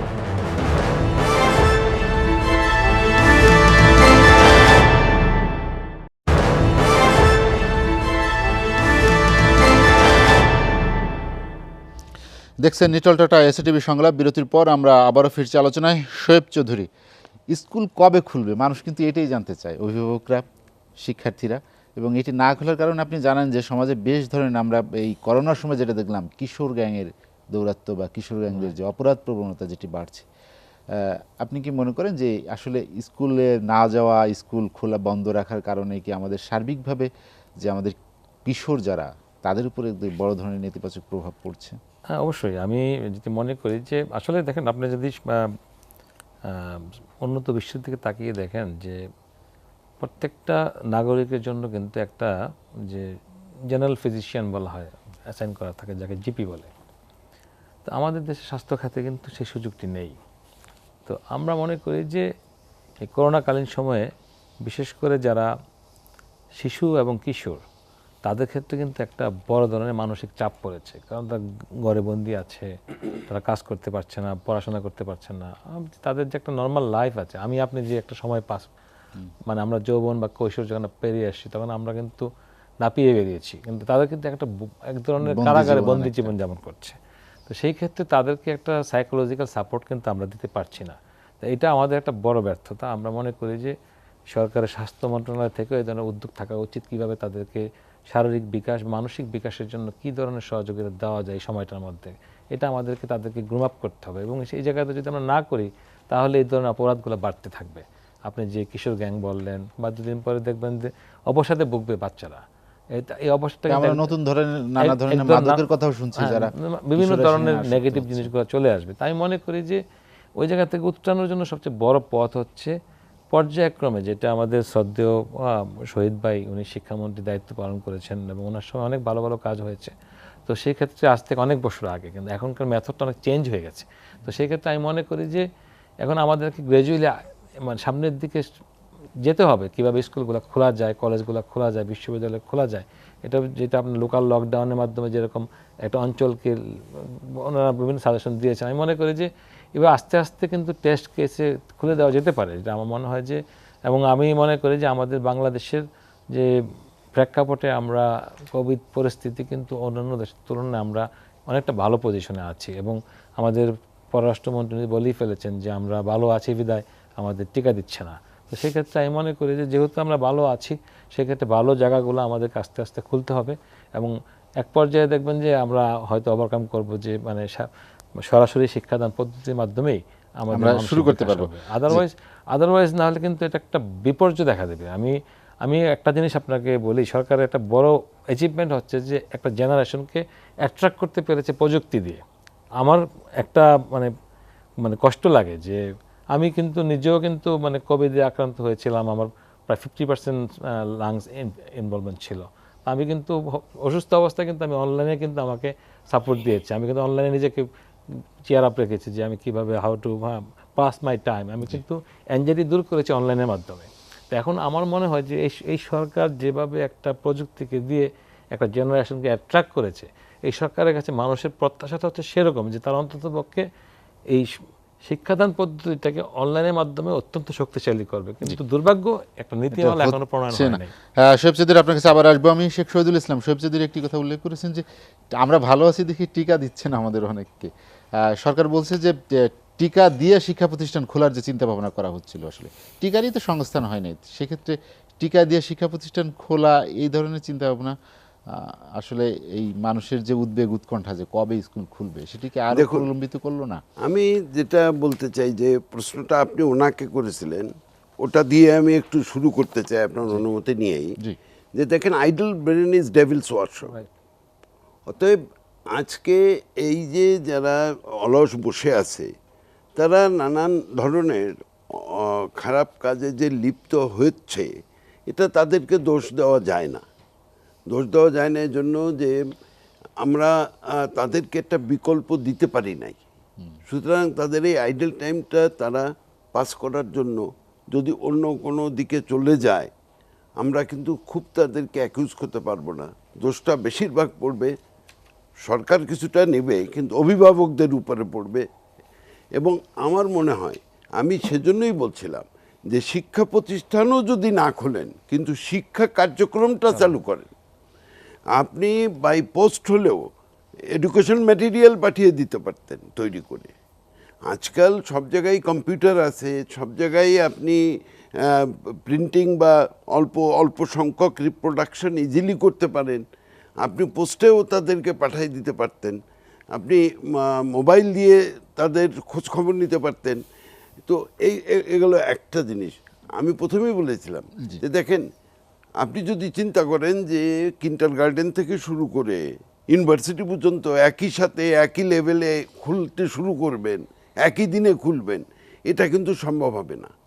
আপনি যেগুলো খোলা যায়, যেগুলো অনলাইন করা যায়, আপনি আলাদা আলাদা করেন, করে সেইভাবে আপনি সেগুলো চালু করেন। যেরকম টারশিয়ারি এডুকেশন ইজিলি অনলাইনে দিয়ে দেওয়া যায়, প্র্যাকটিক্যালটুকু বাদে বাকি সব ক্লাসটা কিন্তু অনলাইনে টারশিয়ারি এডুকেশনে করা যায়। শহীদ ভাই, আমি আপনার একটু অ্যাড করি, যেটা হচ্ছে যে আমাদের যে অনলাইন যে নীতিমালাটা যদি না হয় তাহলে কিভাবে কি আঙ্গিকে কাজটা করবে? সেটাই আমি বলছিলাম। তারপরে আমাদের আইডেল কিন্তু ব্যান্ডউইথ বসে আছে, রাইট। এগুলো যদি বিটিআরসি রিলিজ করে দেয় তাহলে কিন্তু তারা অনলাইনে আমাদের অনেক এই সময় সব ক্ষেত্রে প্রণোদনা দেওয়া হয়েছে, শিক্ষা খাত বাদে। এইটা প্রণোদনা দিয়েই এই আমাদের ফ্রি ইন্টারনেট ছাত্রছাত্রীদের জন্য দিয়ে দিতে পারে। কিন্তু জি, এটাই, ইন্টারনেট কিন্তু অত সহজ নয়। একটা ছাত্র যে পড়বে অনলাইনে তার কিন্তু প্রচুর খরচ হবে। আপনি যে কোনো মোবাইল অপারেটরের কাছ থেকেই আপনি ইন্টারনেট কেনেন না কেন, ডাটা কেনেন না কেন, আপনাকে তো টাকা দিতে হবে। এটা ছাত্রছাত্রীদের জন্য ফ্রি করে দেওয়া যায় এবং সেইভাবে এইটার বিস্তার আরও বাড়ানো যেত। এখানে একটি জিনিস আমার মনে রাখতে হবে, দেখেন বুখারী, ইমাম বুখারী 3 লক্ষ হাদিস কালেক্ট করছিল, তার মধ্যে 10,000 হাদিস সহিহ হিসাবে তিনি তার বুখারী শরীফে ঢুকিয়েছেন, প্রায় 10,000-এর মতন। এবং তার মধ্যে প্রথম হাদিস কি জানেন? প্রথম হাদিস হলো ইন্নামাল আমালু বিন্নিয়াত, আপনার নিয়ত অনুযায়ী আপনি প্রতিফল পাবেন। আমাদের সরকারের এই নিয়ত আছে কিনা যে আমরা ছাত্রছাত্রীদেরকে লেখাপড়া শিক্ষা কার্যক্রম এর মধ্যে রাখবো, এই নিয়তটা আগে করতে হবে, এই পলিটিক্যাল উইলটা তার থাকতে হবে। এবং এই পলিটিক্যাল উইলটা যদি থাকে তাহলে কিন্তু ওয়েজ বেরোবে, রাইট। এবং এই ওয়েজটা বের করা আজকাল কিন্তু খুব ডিফিকাল্ট না। আগে কি হতো, সক্রেটিস তো ইউনিভার্সিটির টিচার ছিলেন না, তার বাড়িতে এসে মানুষ পড়তো। প্লেটো, অ্যারিস্টটল এরা কেউই কিন্তু ইউনিভার্সিটি ছিল না। আমাদের মুসলমান ধর্মেও যে আব্দুল্লাহ ইবনে আব্বাস, আব্দুল্লাহ ইবনে ওমর, যারা হাদিস শাস্ত্রে ব্যুৎপত্তি অর্জন করছিলেন, এরা কি করতেন, এরা যার যার বাড়িতে তাদের আসতেন। আমাদের ইমাম যিনি হানাফি মাযহাবের ইমাম আবু হানিফা, তার বাড়িতে সবাই যেতেন, তার হুজরাখানা যেটা মসজিদে সেখানে সবাই যেতেন, তিনি তাদেরকে হাদিস শিক্ষা দিতেন, ফিকাহ শিক্ষা দিতেন। সুতরাং শিক্ষকের বাড়ি গিয়েও কিন্তু শিক্ষকরা যদি চাইতেন, মানে তাদেরকে যদি সেইভাবে মোটিভেট করা যেত, আমার মনে হয় যে ছোট ছোট শিক্ষকরা কিন্তু, গ্রামের শিক্ষকরা এমনি ছাত্রছাত্রীদের খোঁজ নিতে তাদের বাড়ি যেতেন এবং সেখানে ক্লাসটা করতেন। হচ্ছে কি, বাল্যবিবাহ হচ্ছে কি, ছাত্ররা ছাত্রীদের যারা অনার্সে সেকেন্ড ইয়ার থার্ড ইয়ারে মেয়েরা পড়ে, বাবা মনে করছেন যে 2-3 বছর হয়ে যাচ্ছে, আমার মেয়ের বয়স বেড়ে যাচ্ছে, একটা ছেলে পাচ্ছে, বিয়ে দিয়ে দিচ্ছে। এবং আপনার অনেক জায়গায় ছাত্ররা ঝরে পড়তেছে, কারণ বাবা সংসারে সাহায্য করার জন্য ভ্যান চালাচ্ছে, গ্রাম অঞ্চলে খেতে গিয়ে ধান কাটছে, এবং এই ছাত্ররা পরবর্তীকালে ফেরত আসবে কিনা আমার সন্দেহ আছে। ঝরে পড়ার পরিমাণ দেখবেন, এবং প্রাইভেট ইউনিভার্সিটিগুলোতে বিশেষ করে ছাত্র কতজন পান তারা দেখবেন যে এখন কেউই ভর্তি হচ্ছে না, তারা বলতেছে ক্লাস হবে না তো আমি ভর্তি হবো। এখানে আর্থিক ব্যাপারটাও আছে, আর্থিক ব্যাপারও আছে। টাকা দিতে হবে। হ্যাঁ, সুতরাং সে হচ্ছে না। সুতরাং আমি যেটা মনে করি যে আমাদের কিন্তু অতি মূল্যবান সময় চলে যাচ্ছে। আমরা কিন্তু এখন একটা ডেমোগ্রাফিক অ্যাডভান্টেজ ভোগ করছি। এই ডেমোগ্রাফি অ্যাডভান্টেজটা নিতে হলে আমাদের ছাত্রছাত্রীদেরকে এই একবিংশ শতাব্দীর চ্যালেঞ্জ মোকাবেলার জন্য তৈরি করতে দক্ষ হবে, করে গড়ে তুলতে হবে। আমাদের কিন্তু 4th ইন্ডাস্ট্রিয়াল রেভলিউশন আসছে, রাইট, অলরেডি শুরু হয়ে তো গেছে। অলরেডি শুরু হয়ে গেছে। মানুষ ড্রোন পাঠাচ্ছে, তারপরে আপনার রোবট দিয়ে কাজ করছে, এইসব শুরু হয়ে গেছে। শেখুল ইসলাম, 4th IR এর যদি আমাদের মানুষকে প্রস্তুত করতে হয় ছাত্রছাত্রীদের, তাহলে কিন্তু ব্যাপকভাবে আমাদের এই সংকটকে সম্ভাবনার পরিণত করে আমরা কিন্তু এই অনলাইন কার্যক্রম টেকনোলজিটা আমরা ছড়িয়ে দিতে পারি। শেখুল ইসলাম, আপনার কাছে আবার আসবো আমি। ডক্টর আনোয়ার এহসানুল হক মিলন, যেটি শেখুল ইসলাম বললেন যে সংকটকে সম্ভাবনা করার জন্য যে চ্যালেঞ্জ গ্রহণ করা দরকার, সেই ধরনের প্রস্তুতি বা সেই ধরনের উদ্যোগ যেটি প্রণোদনা দেওয়ার ক্ষেত্রে বাজেটের কথা আপনি বললেন, সেইখানে কি 6 লক্ষ অপর্যাপ্ততা কোটি আছে? টাকার ঘাটতি কত? বাজেট আপনি চিন্তা করতে পারেন? না শহীদ ভাই, এখানে তো 20% এডুকেশনের জন্য থাকার কথা। ইউনেস্কোর গাইডলাইন্স হলো যে 20% রাইট, আমাদের এডুকেশনের জন্য বরাদ্দ।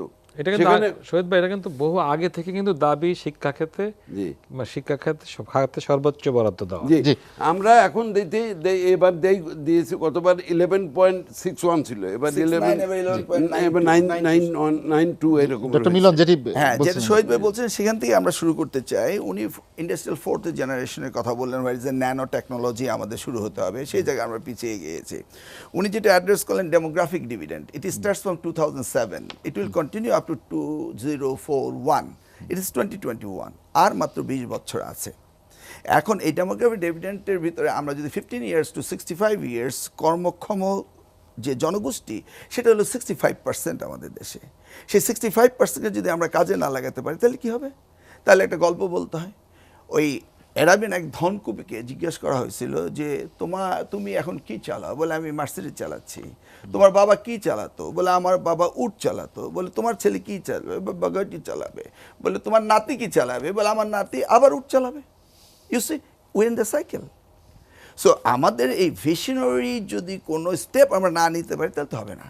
দেখুন, উনি যেটা বললেন 8th of March corona detect হয়েছে, কিন্তু এর আগে আমরা দেখেছি হাতির ঝিলে উৎসব হয়েছে, সব কিছু হয়েছে।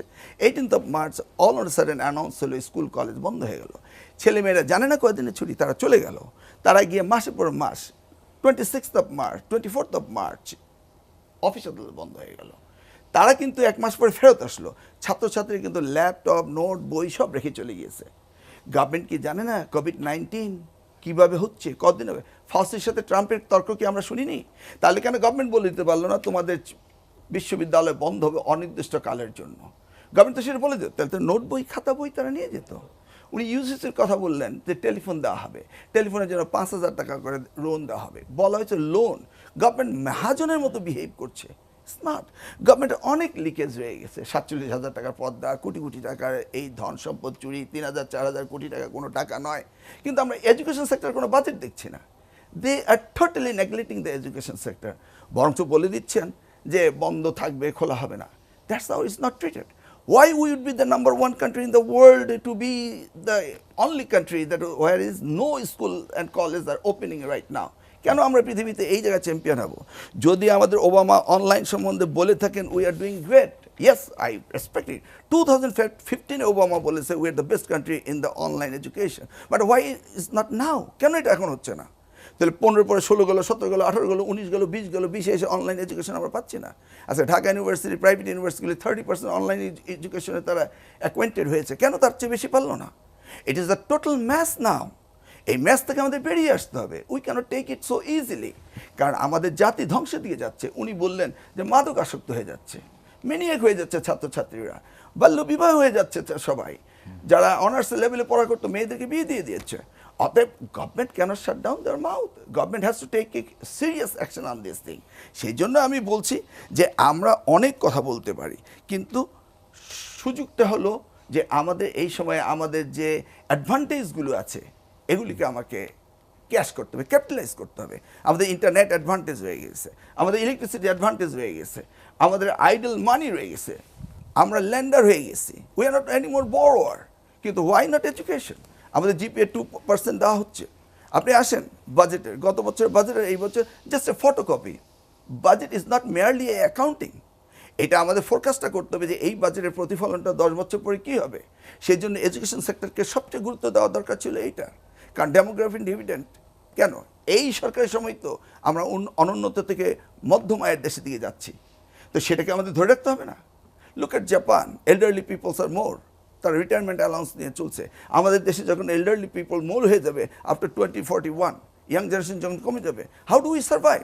This are the question in front of us. আমাদের দেশ জাতিকে আমরা সামনের দিকে নিতে হলে আমাদের এডুকেশন সেক্টরকে সবচেয়ে বেশি গুরুত্ব দিতে হবে।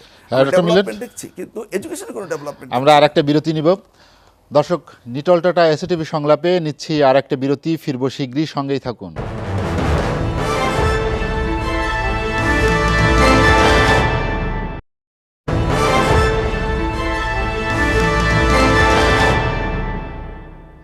দেখছেন নিটল টাটা এসএটিভি সংলাপ। বিরতির পর আমরা আবারও ফিরছি আলোচনায়। কর্নেল শরীফ, যেটি নিয়ে আমরা আলোচনা করছিলাম যে করোনায় শিক্ষা নিয়ে অনিশ্চয়তা, অনেক আলোচনা হলো। আসলে অনিশ্চয়তা যেটি তৈরি হয়েছে সেটি কাটিয়ে ওঠার ক্ষেত্রে যে প্রচেষ্টা, আপনি একজন কি বলবো পরিচালক হিসেবে, প্রাক্তন অধ্যক্ষ হিসেবে কিভাবে দেখেন যে এই প্রচেষ্টা থেকে আমরা কি আশা করতে পারি যে আমাদের স্কুল তাড়াতাড়ি খুলতে পারে বা আমাদের শিক্ষা কার্যক্রম আবার সচল হতে পারে? Thank you so much. অসম্ভবকে সম্ভব করার নাম বীরত্ব। মনের দুর্বলতা মানুষকে করে ভীত কাপুরুষ। আমার শ্রদ্ধেয় আলোচকবৃন্দ এখানে এবং আপনি শ্রদ্ধেয় উপস্থাপক, আপনি বলেছেন কবে ইনস্টিটিউশন খুলবে। আমরা কি জানি যে কবে করোনা আমাদের পৃথিবী থেকে চলে যাবে? কিন্তু করোনার মধ্যেও তো অনেকে করোনার ভিতরে খুলছে, করোনাকে আমাকে মেনে নিতে হবে, পাত্র হিসেবে আমাদের সাথী করে নিয়ে করোনাকে এগোতে হবে আর কি। আমাদেরকে এই পরিস্থিতিতে সার্বিক, আমাদের মিলন ভাই যেটা বললেন, আমাদের শহীদ ভাই যেটা বললেন, আমাদের উপস্থাপক যেটা বললেন, যে বর্তমান পরিস্থিতিতে আমাদের সব কিছু মেনে নিয়ে অল্টারনেটিভ বা বিকল্প চিন্তা ভাবনা করে সুন্দর করে এগিয়ে যেতে হবে। আমরা 2টা বিশ্বযুদ্ধ হয়েছে, 2টা বিশ্বযুদ্ধ হওয়ার পরে কিন্তু ধ্বংসাত্মক পৃথিবী থেকে আরও উন্নতির দিকে এগিয়ে গেছি। কী জন্য? একটা মানে দিনে যখন অস্ত যায়, ব্ল্যাক পার্টটা আসে, রাতের পরে কিন্তু চকচক করে নতুন একটা সূর্য আসে। তো করোনা কিন্তু হঠাৎ করে আমাদের পৃথিবীতে এসছে।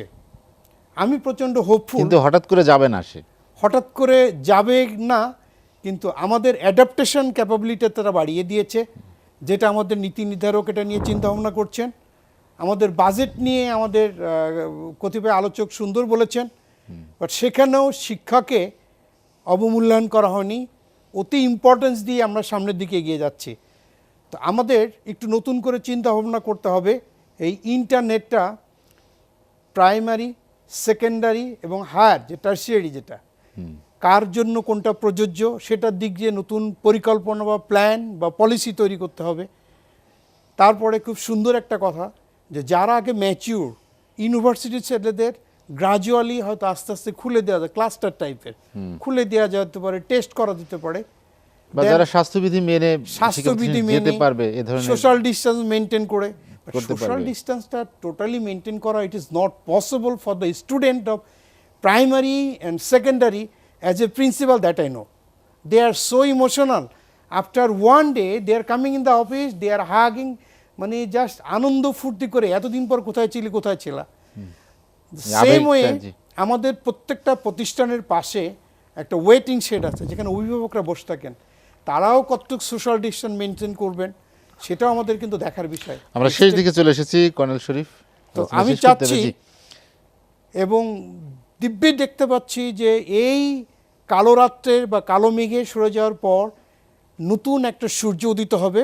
আমার সোনার বাংলাদেশ সামনের দিকে এগিয়ে যাবে, শিক্ষা ব্যবস্থা সামনের দিকে এগিয়ে যাবে। কর্নেল শরীফ, আমরাও সেই প্রত্যাশায় থাকলাম, আমরাও সেই প্রত্যাশা করি যে আমাদের শিক্ষা ব্যবস্থা সামনে এগিয়ে যাবে। শোয়েব চৌধুরী, আমরা যেটি নিয়ে আলোচনা করছিলাম যে শিক্ষা ব্যবস্থাকে যে এগিয়ে যাবে, আমাদের প্রত্যাশার মধ্যে কি সীমাবদ্ধ থাকবো, নাকি আমরা অন্য সেক্টরে যেসব প্রচেষ্টা দেখলাম, বিশেষ করে আপনি জানেন যে পোশাক শিল্পকে রক্ষা করার জন্য অনেকগুলো পদক্ষেপ নেওয়া হয়েছে, প্রণোদনা থেকে শুরু করে ইভেন যখন শ্রমিকদের বেতন দেওয়া যাচ্ছিল না তখন সরকার নগদ টাকা দিয়ে সহযোগিতা করেও তাদের বেতন দেওয়ার ব্যবস্থা করেছে। কিন্তু শিক্ষাক্ষেত্রে সেই প্রচেষ্টার কি দৃশ্যমান কোনো পদক্ষেপ আপনি দেখেছেন? না, আমি আপনাকে বলি যে এটা আমাদের ন্যাচারাল ওয়ে, কারণ আমাদের ইকোনমি সবচেয়ে বেশি সলিড ব্যাকগ্রাউন্ডটা হচ্ছে এগ্রিকালচার আর হচ্ছে আমাদের যারা প্রবাসী ভাই যারা আছেন তারা। আপনি দেখবেন যে দুইটা জায়গাতে কিন্তু আমাদের খুব বেশি একটা ইম্পর্টেন্স নাই। তাই মনে করি যে শিক্ষা ব্যবস্থাটা একই ধারায় চলছে বিধায় হয়তো সেই গুরুত্বটা এখানে আসেনি।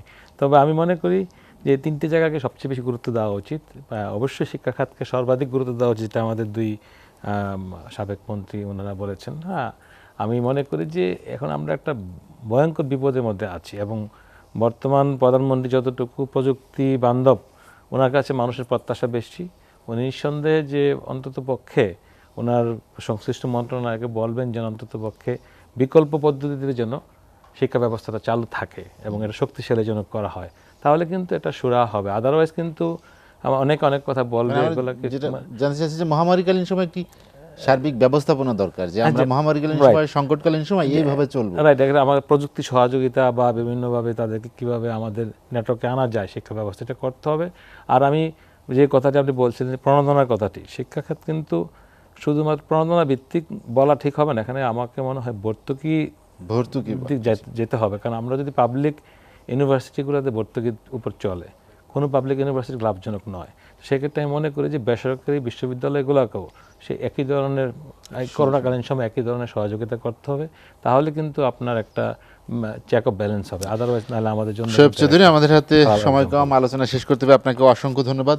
শেখ শহীদুল ইসলাম, যেটি নিয়ে করোনাকালীন ব্যবস্থাপনার এক কথা বলা হচ্ছিল অনেক আগে থেকেই, সব ক্ষেত্রেই সেটি সম্ভব যদি করোনা আমরা পৃথিবী থেকে খুব তাড়াতাড়ি না যায়, করোনাকে নিয়ে যদি বসবাস করতে, তো করোনাকালীন যে ব্যবস্থাপনা সেই চিন্তা ভাবনা থেকে কি আসলে শিক্ষা প্রতিষ্ঠান বা অন্য সব ক্ষেত্রে আপনি কি মনে করেন যে এখন আমরা অনেক পিছিয়ে আছি? দেখুন, এই বিশ্বে অ্যাকর্ডিং টু হু তারা বলছে, ওয়ার্ল্ড হেলথ অর্গানাইজেশন বলছে যে 75% বিশ্বের জনগণ যতক্ষণ পর্যন্ত না ভ্যাকসিনেটেড না হবে ততক্ষণ পর্যন্ত এই বিশ্ব করোনা থেকে মুক্তও হবে না, নিরাপদও হবে না।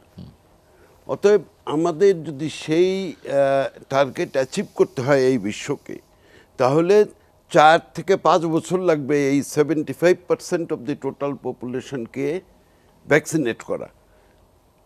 তারপরে এই যে শিশুদের জন্য করোনার টিকা তো এখন আবিষ্কারই হয়নি। 18 বছরের নিচে যাদের, তাদের জন্য করোনার টিকা আবিষ্কারই হয়নি। ফাইজার বলেছে, ফাইজার 12 বছরের এখন উপরে কিছুটা দিয়েছে, কিন্তু একা ফাইজারের জন্য এত শিশুর কাছে তো পৌঁছানো সম্ভব না। অর্থও নাই। অতএব আমাদেরকে এটা মনে রাখতে হবে যে আমাদের যথেষ্ট সতর্কতা নিয়ে এই করোনাকে অ্যাভয়েড করতে হবে, এবং সেই জন্য আমাদের প্ল্যানিং দরকার। এবং এডুকেশন সেক্টরেও আমি বহুত আগে আপনার এখানেই এক অনুষ্ঠানে বলেছিলাম যে অ্যাডভান্স প্ল্যানিং করেন। আমরা এই অ্যাডহক ইজুমের দিকে আমরা সবসময় নজর দেই, সবসময় আমরা অ্যাডহকিজমের দিকে থাকি যে এই কোনো রকম কাটাই দিতে পারলেই হয়। আমাদের যারা সচিব এবং অন্যান্য ক্ষেত্রে যারা আসেন তারাও আসেন 2-3 বছরের জন্য, ভাবেন যে আমার পিরিয়ডটা কোনো রকম কাটাই দিতে পারলে হয়। আমরা তো এই দেখেন এই অপরচুনিটিটায় কত কি আমরা করতে পারতাম। বিভিন্ন জায়গায় যে শিক্ষক সংকট আছে, শিক্ষকদের অ্যাপয়েন্টমেন্টগুলো এর মধ্যে সেটা ফেলে দেওয়া যেত। আমরা এখানে বিভিন্ন জায়গায় যেটা আমি বলেছিলাম যে সংকট সম্ভাবনার দ্বারকেও উন্মুক্ত করেছে। আমরা অনলাইন কার্যক্রমগুলো সম্প্রসারিত করতে পারতাম। হাট চলতেছে, বাজার চলতেছে, বিয়ে চলতেছে, বিভিন্ন অনুষ্ঠান চলতেছে। শুধু আমরা শিক্ষাবিধির মানে আমরা শিক্ষা প্রতিষ্ঠানগুলোর জন্য খুব অরিড হয়ে গেলাম স্বাস্থ্যবিধি মানা। আমরা তো বললাম যে একটা ক্লাসে 30 জন ছাত্র আছে, আপনি 6 দিন যদি ক্লাস করেন 5 জন করে একজন আসবে, 5টা বেঞ্চ কি নাই, একটা বেঞ্চে একজন বসবে। তবে একথা ঠিক যে হ্যাঁ তারা ইমোশন চোকড হয়ে যেতে পারে, একজন আরাম কিন্তু জড়িয়ে ধরতে পারে, এখনো জড়িয়ে ধরছে, হাটে বাজারে দেখা হইলে জড়িয়ে ধরছে, বিয়ের অনুষ্ঠানে দেখা হইলে জড়িয়ে ধরছে। তো বাদ তো নেই কোনো কিছু। তাছাড়া মাদ্রাসাগুলো তো খোলা ছিল, মাদ্রাসাও খোলা ছিল। তারপরে সুতরাং আমার কথা হলো যে দেখেন সম্পূর্ণ নিরাপত্তা। স্কুলে যাওয়ার পথে কি কার অ্যাক্সিডেন্টে বাচ্চারা মারা যাচ্ছে না? ওই নদীতে ডুবে মারা যাচ্ছে না? প্রতিদিন আমরা দেখি যে নদীতে ডুবে একই পরিবারের 3 ভাই বোন মারা গেছে, এরকমের বিভিন্ন ক্ষেত্রে দেখা যাচ্ছে। সড়ক দুর্ঘটনায় মারা যাচ্ছে। অতএব আমরা যদি ফুল প্রুফ করতে চাই তাহলে তো আমরা তো জানি না আজরাইল আলাইহিস সালাম কি করবেন, আমরা তার খবর তো রাখতেও পারি না। অতএব আমাদেরকে একটু ভিশনারি হইতে হবে, একটু সাহসী হইতে হবে। এবং আমাদের মাননীয় প্রধানমন্ত্রী তিনি যে কথা জনাব শোয়েব চৌধুরী বলেছেন, তিনি খুব টেকসেবি লোক। আমরা যদি তার কাছে সলিউশন নিয়ে যেতে পারতাম তিনি নিশ্চয়ই সম্মতি দিতেন। শেখ শহীদুল ইসলাম, এবং আপনাকে অর্থরও কিন্তু সংকট হওয়ার কথা না, যথেষ্ট অর্থ আমাদের বাজেটে আছে, 6 লক্ষ কোটি টাকার বাজেট। এবং এখানে প্রত্যেকটা শিক্ষা প্রতিষ্ঠানে অব্যবহৃত অর্থ অনেক আছে। তো এইগুলো দিয়ে আমার মনে হয় যদি একটা চিন্তা সুষ্ঠু ভাবনা করা পরিকল্পনা মাফিক দরকার, জি। যাওয়া যায় তাহলে কিন্তু সংকট থেকে উত্তরণ সম্ভব। আমি মনে শেখ করি। শহীদুল ইসলাম, হাতের সময় কম, আলোচনা শেষ করতে হচ্ছে। আপনাকে অসংখ্য ধন্যবাদ। ডক্টর আনোয়ামা এহসানুল হক মিলন, আমরা আলোচনা শেষ করব, শেষ দিকে চলে এসে যেটি শেখ শহীদুল ইসলাম বললেন যে আমাদেরকে একটু ভিশনারি হতে হবে বা একটু সাহসী হতে হবে। আসলে করোনাকে আমরা কি ভয় পেয়ে গিয়েছি বা না, আমি আগে থেকে বলেছি যে আমরা অন্যান্য বিশ্ব কীভাবে করছে এটা ফলো করলেই হবে। ধরুন করোনা একটা প্রোটেক্টেড এরিয়াতে যদি আপনি প্রোটেকশন নিয়ে থাকেন, করোনা যদি ইন্ট্রুডার হিসেবে ঢুকতে চায়, না ঢুকতে পারলে হয়। যেমন উনি মাদ্রাসার কথা বললেন, কওমি মাদ্রাসাগুলো তারা একসাথে থাকে এবং তারা যারা সুস্থ আছে তারাই তো থাকতেছে। এখানে যদি বাইরে থেকে কেউ না আসে তাহলে কিন্তু ইন্ট্রুডার হিসেবে করোনা নিয়ে ঢুকছেন না আপনি। ইন দিস কেস কওমি মাদ্রাসাগুলো কিন্তু বন্ধ করে দেওয়া হয়েছে। তা আমি মনে করি সরকারের খুব সদিচ্ছা থাকতে হবে। যেটা বললেন যে করোনা শুড বি ক্যাটালিস্ট, অনুঘটক হিসাবে আমাদেরকে পথ দেখাবে, সেই জায়গাটা আমাদের যেতে হবে। কিন্তু আমরা সেখানেও যেতে পারছি না। দেখেন ওয়ার্ল্ড হেলথ অর্গানাইজেশনের কথা উনি বললেন, বিলো 20 ইয়ার্স অফ এইজের করোনার রেটিং হচ্ছে 0.001। তারপর ভ্যাকসিনেশনের কথা শহীদ ভাই বললেন। তাহলে আমরা যদি এটাকে নিয়ে বসে থাকি তাহলে তো হবে না। তাহলে ভ্যাকসিনেশন বলতে 4 থেকে 5 বছর আমাদের অতিবাহিত করতে হবে। So can we afford that? 4 থেকে 5 বছর আমরা লেখাপড়া বন্ধ করে রাখবো? It's not affordable. তাহলে আমাদেরকে অ্যাগ্রেসিভ সিদ্ধান্তই হোক আর যেটি হোক আমাদেরকে নিতে হবে। তো করোনা আজকে যদি মনে করেন বর্ডার এরিয়াগুলোতে আজকে করোনা হচ্ছে, তো বর্ডার এরিয়াগুলোকে আপনি বাদ দিয়ে অন্য জায়গায় তো আপনি স্কুল কলেজগুলো চালাতে পারতেন না নিশ্চয়ই। আমি তো গতকালকে প্রজ্ঞাপন দেখেছি, সব কিছু খুলে দিয়েছে সরকার, সব কিছু অ্যাকসেপ্ট সেরিমোনিয়াল থিংস, সভা সমিতি মিটিং। তো নির্বাচন কমিশন কি বলল? তিনি বললেন যে করোনার কারণে ভোট বন্ধ হতে পারে না, ভোট অত্যন্ত জরুরি। তাহলে ক্লাস্টার হিসেবে যদি আমি মনে করি সিলেট 3 আসনে করোনা নেই, ইলেকশন হতে পারে, তাহলে আমি মনে করতে পারি চাঁদপুরে করোনা নেই, সেখানে ক্লাস হতে পারে। I could think the same way. উনি যেহেতু দেখে এখন এই ইলেকশনটা যদি বেনাপোলের বর্ডার হতো তালে তো উনি এই সিদ্ধান্ত নিতে ডক্টর পারতেন না। মিলন আমাদের সাথে সময় কম, আমরা Anyway, আরো আমি আলোচনা বলছি করব যে অন্য কোনো আপনার এক সময়। ক্লাস্টার করে জি।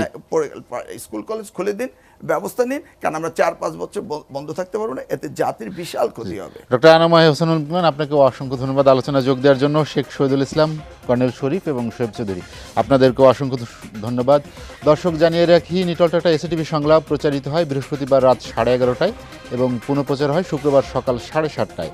আজ এ পর্যন্তই। ভালো থাকুন, সুস্থ থাকুন, এসএটিভি সঙ্গেই থাকুন।